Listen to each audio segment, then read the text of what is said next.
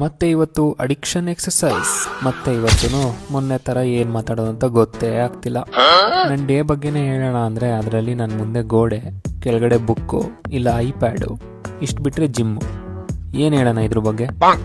ಎಲ್ಲ ಬೇರೆ ವ್ಲಾಗರ್ಸ್ ಎಷ್ಟು ಚೆನ್ನಾಗಿ ಮಾಡ್ತಾರೆ, ಹೊರಗಡೆ ಸುತ್ತಾಡ್ಕೊಂಡು ಹೊಸ ಪ್ಲೇಸಸ್ನ ತೋರಿಸ್ಕೊಂಡು. ನಮ್ಮದು ಬರೀ 4 ಗೋಡೆನ ಬೇರೆ ಬೇರೆ ಆ್ಯಂಗಲಲ್ಲಿ ತೋರಿಸ್ಬೋದಷ್ಟೆ. ನನಗೊಂದು ಡೌಟ್ ಇದೆ, ಈ ಎಮೋಷ್ನಲ್ ಟ್ರಿಗರ್ ಆದರೆ ಹೆಂಗೆ ಕೋಪ ತಡ್ಕೊಳ್ಳೋದು? ನಿಮಗೆಲ್ಲ ಎಕ್ಸ್ಪೀರಿಯನ್ಸ್ ಆಗಿದೆಯೋ ಇಲ್ಲೋ ಗೊತ್ತಿಲ್ಲ, ಬಟ್ ಒಂದೊಂದು ಎಲಿಮೆಂಟಲ್ಲಿ ನಾವು ತುಂಬ ಎಮೋಷ್ನಲ್ ಆಗಿ ಅಟ್ಯಾಚ್ ಆಗಿರ್ತೀವಿ. ಹಾಗೆ ಸ್ವಲ್ಪ ಏನಾದರೂ ಅದ್ರ ಬಗ್ಗೆ ಟ್ರಿಗರ್ ಆದರೆ ಸಾಕು, ಹುಚ್ಚು ಕೋಪ ಬರುತ್ತೆ, ತಲೆಗೆ ಏನೇನೋ ಸಿನಾರಿಯೋಸ್ ಬರುತ್ತೆ. ಬಟ್ ಅದನ್ನು ತಡ್ಕೊಳ್ಳೋದೇ ನೋಡಿ ಮೇನ್ ಪಾರ್ಟ್. ಅನಿಸಿದ್ನೆಲ್ಲ ಮಾಡ್ತಾ ಹೋದರೆ ಅದು ಸರಿ ಬರಲ್ಲ ಅನಿಸುತ್ತೆ. ಇದರಲ್ಲಿ ನನಗೆ ಇನ್ನೂ ಹೆಲ್ಪ್ ಬೇಕು, ಟೈಮ್ ತೊಗೊಳುತ್ತೆ, ಬಟ್ ಸರಿ ಮಾಡ್ಕೊಳ್ಳೇಬೇಕು. ಇಲ್ಲ ನಾನು ಯಾವ ಥರ ವ್ಯಕ್ತಿ ಆಗ್ತೀನಿ ಅಂತ ನನಗೆ ನೆನಪಿಸ್ಕೊಂಡ್ರೆ ಬೇಜಾರು ಭಯ ಎರಡೂ ಆಗುತ್ತೆ.